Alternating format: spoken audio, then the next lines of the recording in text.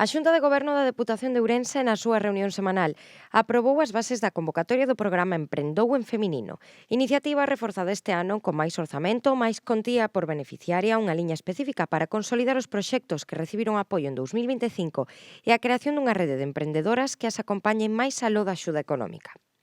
Tamén moi importante non quedarnos en axudas puntuais, senón que tamén intentar que se cree unha rede, un tecido de emprendedoras, neste caso, que axuden, obviamente,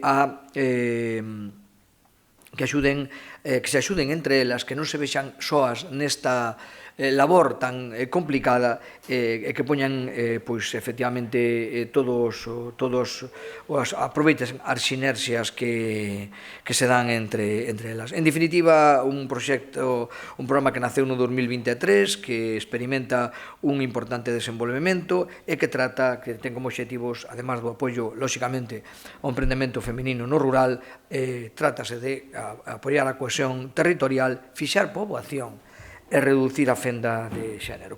A convocatoria tamén facilita o acceso e imprime axilidade na xestión, destacou Luís Menor. Así, a antigüidade mínima na actividade baixa de 6 a 3 meses, abrindo a porta a proxectos máis recentes. E o 75% do crédito resérvase a iniciativas en municipios ourensáns de menos de 20.000 habitantes, blindando o peso do rural.